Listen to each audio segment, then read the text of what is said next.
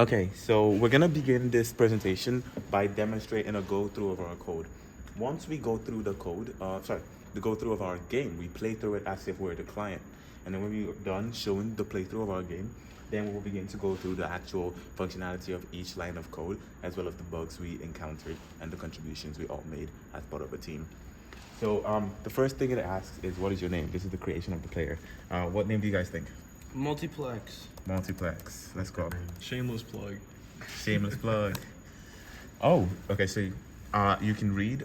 For the sake of time, we might not go into the detail of everything. And so let's kind of start to look around. Let's check our inventory. We don't have any items, which makes sense. And maybe we want to collect a few items, or we want to inspect something. Let's see. What can we inspect? Oh, there's a mattress. It's an ordinary mattress. Let's inspect again.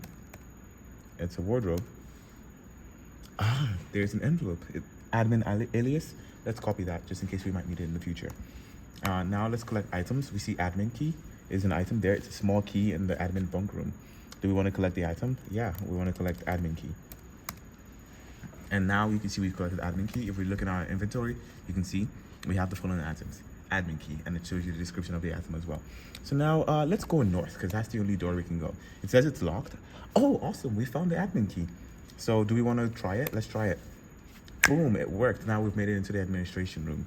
And so what would we like to do? Let's collect items. There's a bunch of stuff. There's a rusty key. Let's take that. That might become useful. What else can we do? Let's inspect. I want to inspect displays. It requires a password. Oh, do we know the password? No. Okay, so where should we go next? Do you think we should go east or west or north or south? Let's go east. Let's go east? Okay. The door east is locked.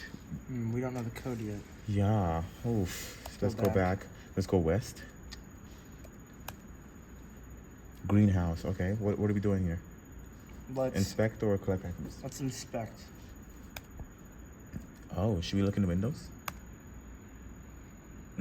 Oh, what should we look at? Inspect again. Shelves? Shelves. Oh, a pair of shears. What could they be used for? Interesting. Because I think this is a greenhouse, right? It is the greenhouse. Okay, so that makes sense. Do you want to read the notes? Just greenhouse log, blah, blah, blah. Oh, not important. Collect items. Unique. Oh, admin key card. What the hell is that? Let's collect that. Do we need a unique plan stuff? We can come back for it. So where should we go next? Let's go back to the admin room to see if the admin key card works there. Oh, so where would we be going here? Let's go north. Oh, are you sure? Okay. The door. Oh, this is where we can use our admin key card. Once you enter the bridge, oh, are you guys sure we're ready to enter the bridge? Hell yeah. Or should we turn around? Maybe we might need some more stuff we don't have. Now let's go in. Okay. Oh, okay. So you can read all of the stuff it says? It's a confrontation here. Seems like there's another character on the ship. Interesting. Well, they're asking us if we will set a course for the mothership. Something has gone terribly wrong. Well, I don't really remember anything. Let's go ahead and just comply. Yeah. And you die. Interesting. So that's the bad ending. Okay, let's try again. Let's. Our name is Losers now because we lost the first time. While you're doing this, go ahead and keep playing for yourself. Let's talk a little bit about the way that the code works. Okay. So, hand it over to Aiden. Both of us are still gonna work on this. Okay. The game consists of several rooms, each represented by an instance of the room class. These rooms include admin bunks, administration room, cargo room, galley room, greenhouse room, laboratory room, and medical room. Each room has properties like name, description, items, notes, and directions to adjacent rooms, east, west, north, and south. The rooms are interconnected, forming a map where players can navigate by choosing directions. For example, going east from the admin bunks leads to the administration room. Each room has an action method, which allows the players to perform actions like moving in a direction, inspecting objects, or reading room descriptions. The inspect function in each room allows players to examine specific items or features in that room, providing clues or items that can be useful later. Some rooms have puzzles, example like finding a key or a password, that need to be solved for progress. For instance, the solve puzzle method in the medical room checks if a door is locked and requires a key. The room class has methods like enter, collect items, and read notes, which handle the player's interaction with the room, such as collecting items or reading notes found in the room. The play game function is the main game loop where the player's current room is updated based on their actions and the inventory is managed. The player's current room is updated based on their actions, and the in-game component has different endings based on the player's decisions and the items collected through the game. The in-game prompt, in-game, and in-game tree functions handle the final interactions and decisions leading to different game endings. There's a player class that may handle player-specific details like name, score, and inventory, though it's not fully integrated into the rest of the code. The get user input function facilitates the user interaction by displaying options and capturing the player's choices. You want to do the next one?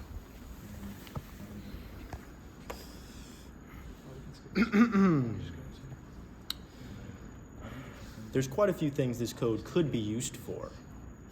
For example, educational tool for programming.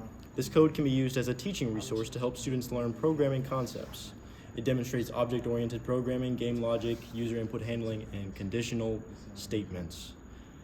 Interactive fiction game. The primary use of this code is an interactive fiction game offering players a narrative-driven experience where their choices impact the storyline and game outcomes. It could be a template for game development because this code can serve as a starting template for aspiring game developers looking to create their own text-based games, and they can modify and expand upon this code to build more complex games of their own if they choose to. Storytelling and creative writing. Writers can use this format to tell interactive stories where readers make choices that influence the direction and outcome of the narrative. Problem-solving exercises. The puzzles and challenges within the game encourage critical thinking and problem-solving skills, making it a useful tool for cognitive skill development.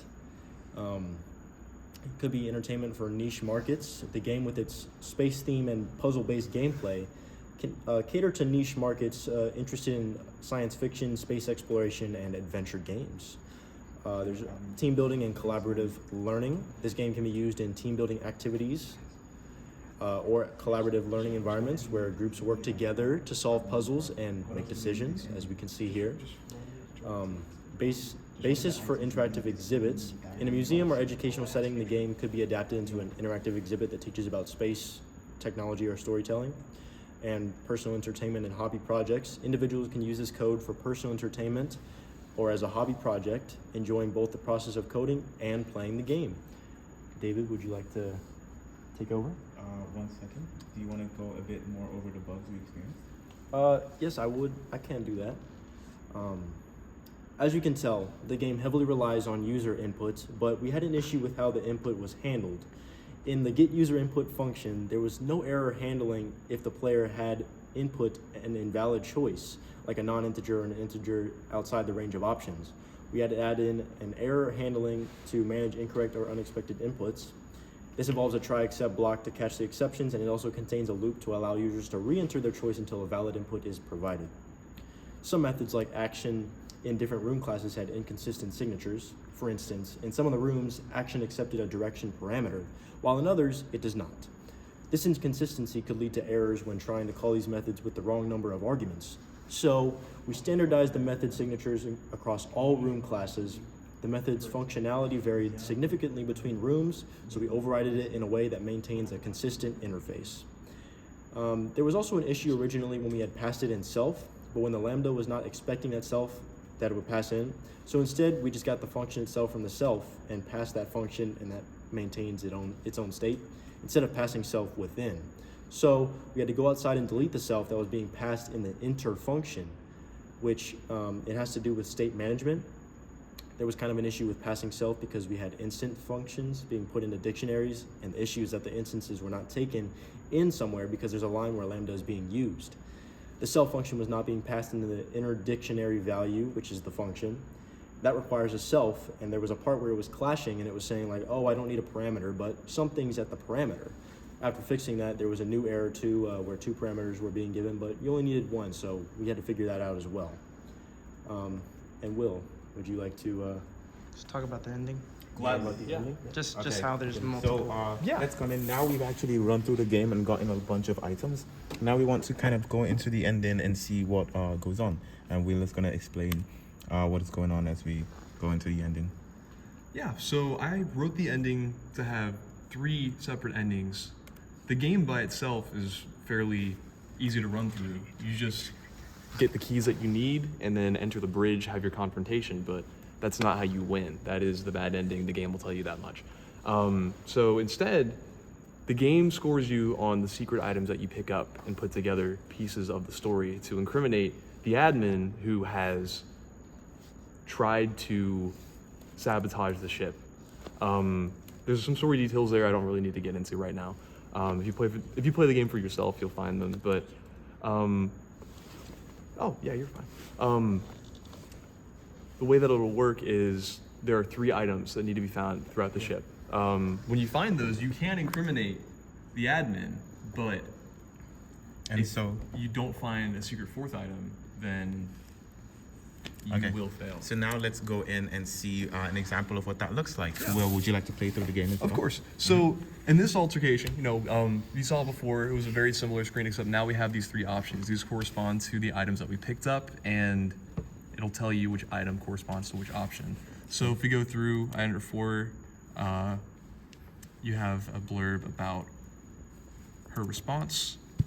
3, so on and so forth. 2, so when you bring up all the pieces of evidence, you get this 4th option here. I'm not letting you get away with this. Now, depending on if you picked up the stun gun, which was supposed to be a very hidden item. Let's see if we picked it up. And we picked it up. I guess our art didn't display there, but as you can see, we actually have 3 different endings for the game. So originally we thought that we could add even more endings, add a little bit more to the story, but time happens. But that's really all we have to show. Thank you for sticking around, and hope you enjoyed.